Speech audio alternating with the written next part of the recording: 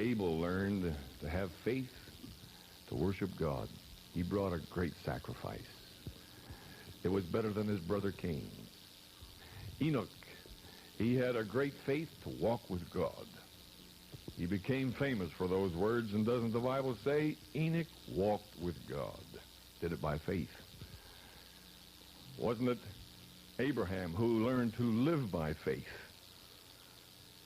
So many, many descendants from that great family because Abraham lived by faith.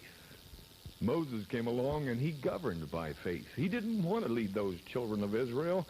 God brought him from the backside of a wilderness, and through faith, Moses governed those people.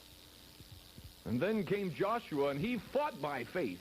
He didn't know how he was going to win the victory at Jericho, but faith came in his life, and he fought by faith. Then came David, and he subdued the enemies, thousands at his right hand. Everywhere he went, there was victory in the camp, so he subdued the enemy by faith. Can't you go down through all of those men? You get into the New Testament. Look at the Apostle Paul. He lived by faith through suffering. How many times was he thrown into prison? How many times did things go wrong? And then there was Stephen. How could you forget him? He was martyred for his faith in Jesus Christ. And then we in 1978 begin to ask ourselves, how can I make it? How can I have an understanding of God?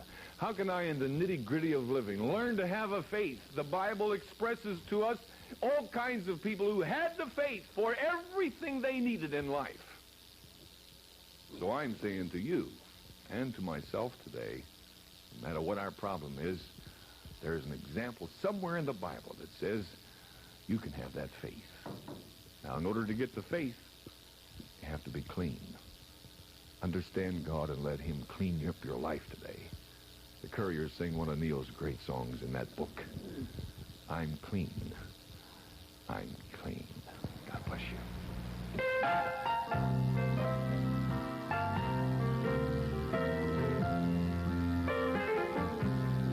Once I lived all alone, with no place to call home, like a leper, an outcast was I.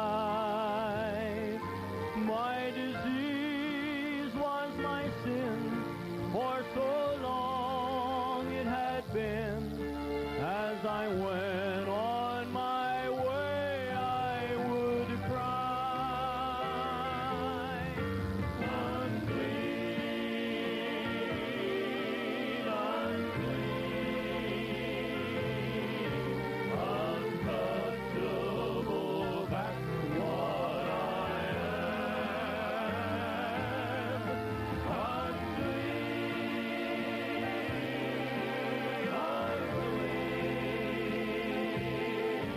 I'm only what's left of a man. Then to Jesus I came, and I trusted his name. Through his blood I am perfectly clean, and I'm thankful today. With rejoicing I say, oh, Neil's the happiest person you've seen.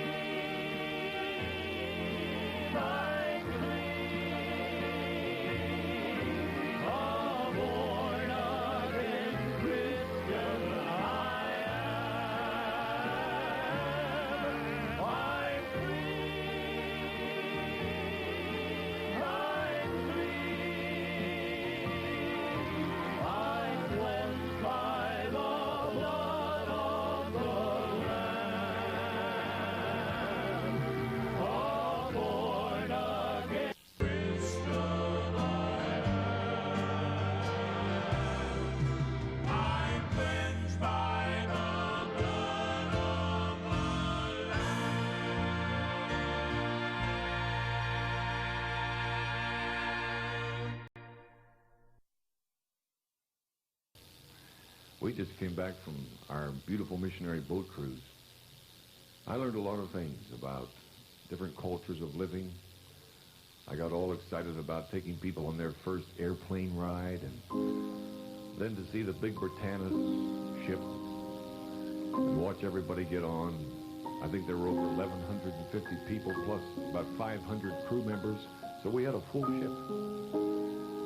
Everybody was trying to get their luggage and find their room and get situated to where different things in the boat were. Where was the dining room? Where was the ballroom where we were going to meet for our services?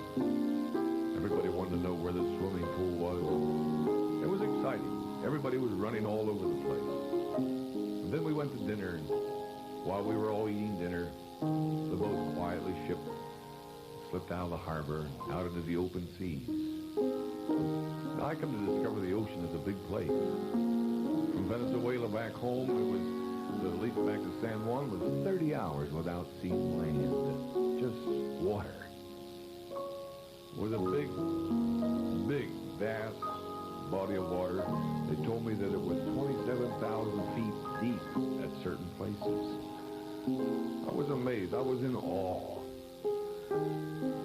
I wondered about so many things. And then at night, at the midnight hour to go out, it was spooky. The ocean is spooky at night.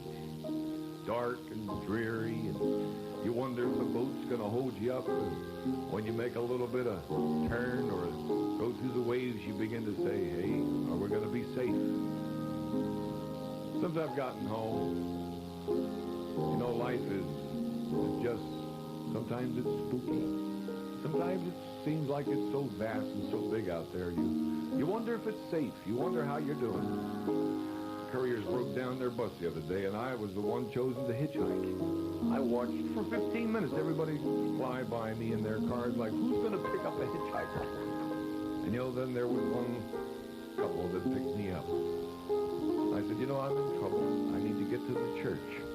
They said, we'll want to help you because we're in trouble today, too. The lady told me about her husband who was riding a motorcycle and had a terrible accident. She's driving 150 miles just to visit him. He still didn't know where he was. He's had a brain damage, a couple broken bones in his leg. Life is difficult.